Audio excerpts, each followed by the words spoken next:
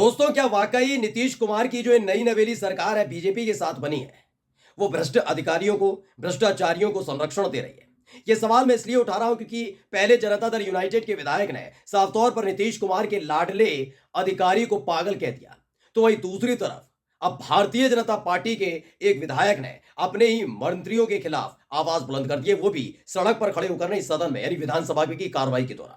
वो भी तब जब उनकी ही पार्टी के मंत्री जी यानी विजय सिन्हा बोल रहे थे। उसी वक्त बीजेपी के विधायक ने विजय सिन्हा को टोक दिया था कि आप जो पढ़ रहे हैं वो उसी अधिकारी की तरफ से भेजा गया है। आपका जवाब क्या है वो मैं जानना चाहता हूं। यानी जब जमकर हंगामा हो रहा है सदन के अंदर, और ये आरजेडी के विधायक नहीं कर रहे बल्कि बीजेपी और जनता दल यूनाइटेड के विधायक अपनी इस सरकार पर सवाल खड़ा कर रहे हैं। नमस्कार, मैं हूं प्राजपल गौतम और आप देख रहे हैं न्यूज सर्किल। दोस्तों, याद करिएगा आपके अपने न्यूज चैनल न्यूज सर्किल ने खबर दिखाई थी कि किस तरीके से पहले के पाठक जो शिक्षा विभाग के अपर मुख्य सचिव हैं, उनको लेकर प्यार उमड़ रहा था नीतीश कुमार का। उन्होंने कहा, यानी के पाठक ने ऐलान किया था कि बिहार में स्कूल 9 बजे से लेकर शाम 5 बजे तक होंगे। जब आरजेडी ने मुद्दा उठाया तो नीतीश कुमार ने आश्वासन दिया, पूरा भरोसा दिया सदन में खड़े होकर कि भाई सुनिए, स्कूल 10 से 4 चलेंगे। एक तरफ नीतीश कुमार ये बयान दे रहे थे, यानी सरकारी आदेश एक तरीके से माना जाएगा जारी कर रहे थे।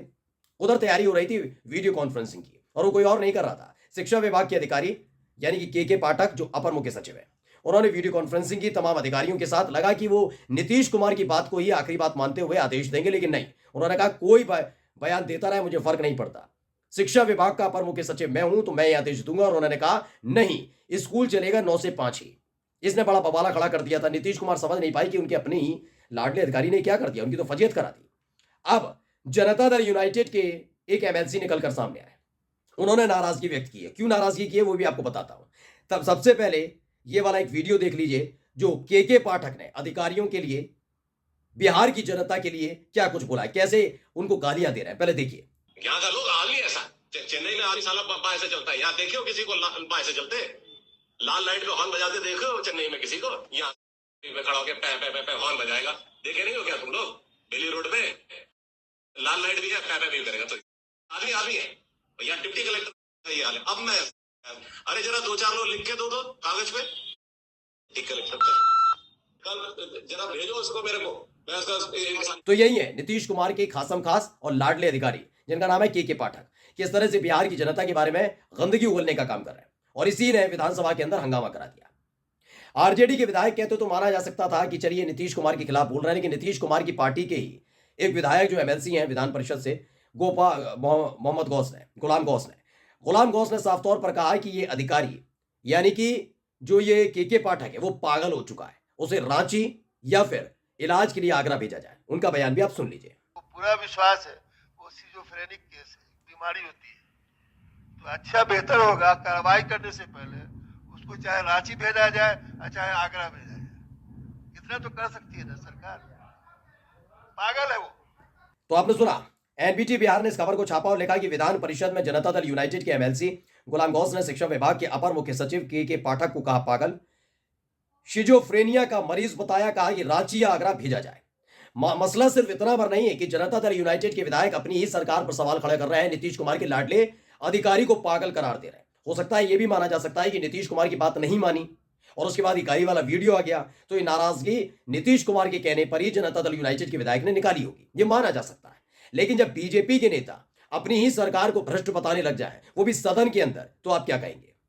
पहले बयान सुन लीजिए, क्या कुछ कहा गया भारतीय जनता पार्टी के विधायक है ललन पासवान की तरफ से, वो बयान सुनिए।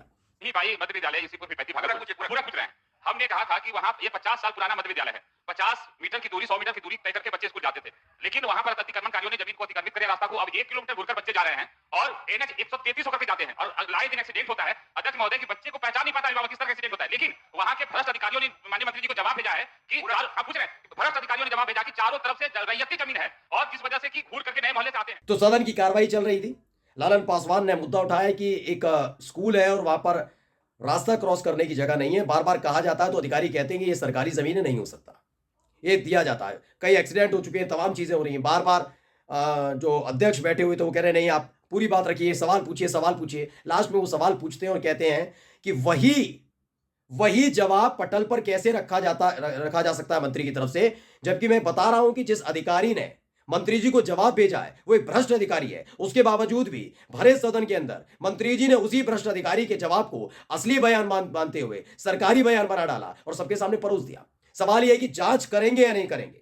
विजय सिन्हा जवाब दे रहे थे, जवाब देते देते अचानक से उन्हें रोक दिया गया। पहले वो बयान सुनिए क्या कुछ कहा ललन पासवान ने। अब अध्यक्ष महोदय पूछते हैं कि वहां पर सरकारी जमीन थी, ये भ्रष्ट अधिकारियों ने भ्रष्ट अधिकारियों ने उसको सर बंदोबस्त कर दिया वहां पर पैसे वाले सबको।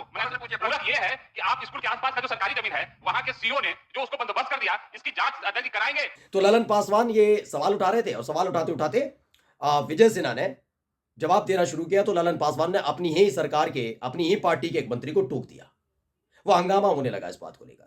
हंगामा इस बात को लेकर था कि भाई कर क्या रहे। देखिए फर्स्ट बिहार झारखंड ने इस खबर को छापा और क्या लिखा, सरकार में बैठे हैं भ्रष्ट अधिकारी, बीजेपी विधायक की नहीं सुनते हैं बात, अपने ही सरकार पर बीजेपी एमएलए ललन पासवान ने लगाया आरोप।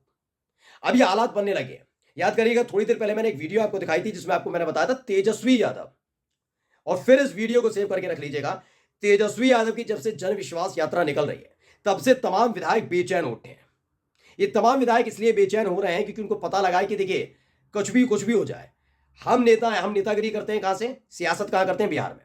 जब सरकार ही नहीं रहेगी तो हम किस बात के, और जीत ही नहीं पाएंगे तो किस बात के विधायक, पूर्व विधायक तो बनना नहीं है। तो ऐसे में करा क्या जाए।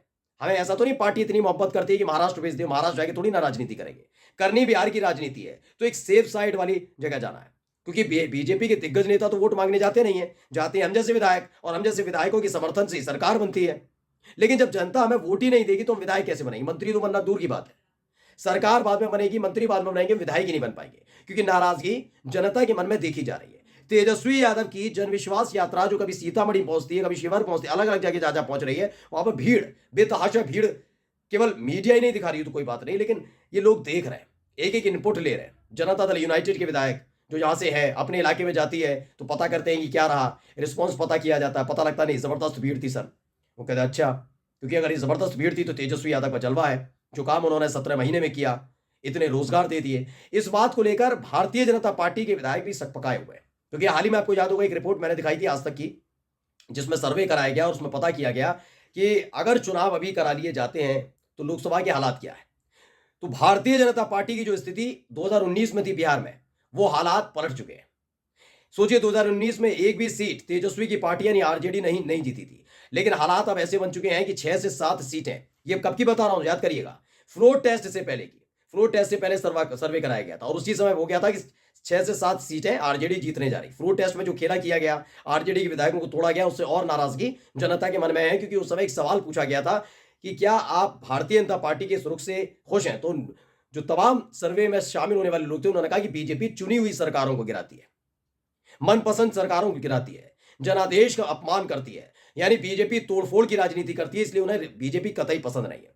बिहार के अंदर खेला हो चुका है, इसलिए बिहार में बीजेपी के नेता भी साफ तौर पर देख रहे हैं कि उनका जो वजूद बचा कुचा था वो नीतीश कुमार के साथ आकर और खासकर आरजेडी को सत्ता से बाहर करके उन्होंने गिरा दिया है।